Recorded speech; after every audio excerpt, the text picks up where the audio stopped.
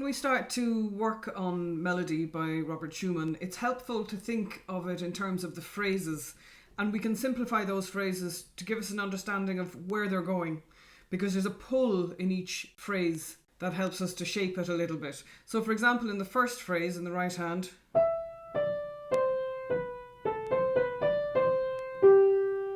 we can simplify that phrase and see that it's just a journey from E down to G, and that little detour adds a lot of interest. But we still know that we're landing down on the G and then jumping up to a G for the next phrase. And in the next phrase we can see it as well as a journey from G here to G here. But of course Schumann adds more interest in that. We skip the D, and as we play the A, we join it with an F sharp. Pulling down, just 3 notes, and then a longer phrase. Now this one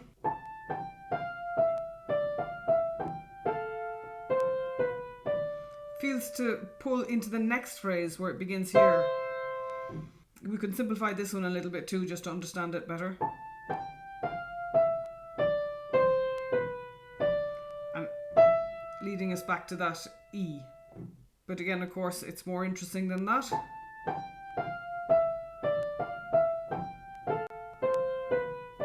And then that leads us back to our simple phrases again.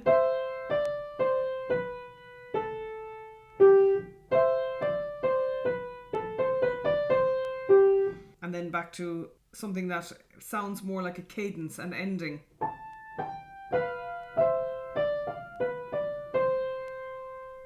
So that's really just a more interesting way of saying this. So as you're practicing, take each of those phrases one at a time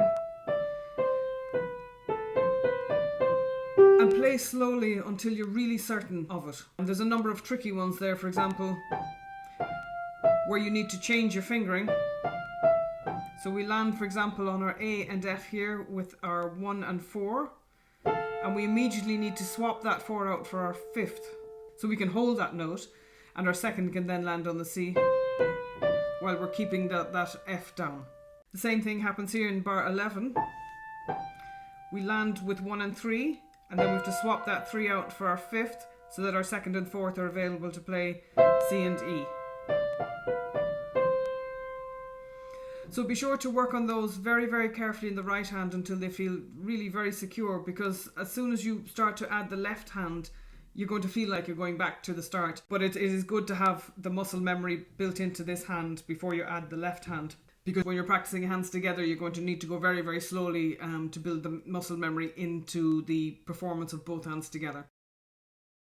It's also useful to think of melody in terms of the sections, its structure. So we have this first idea here, the introduction.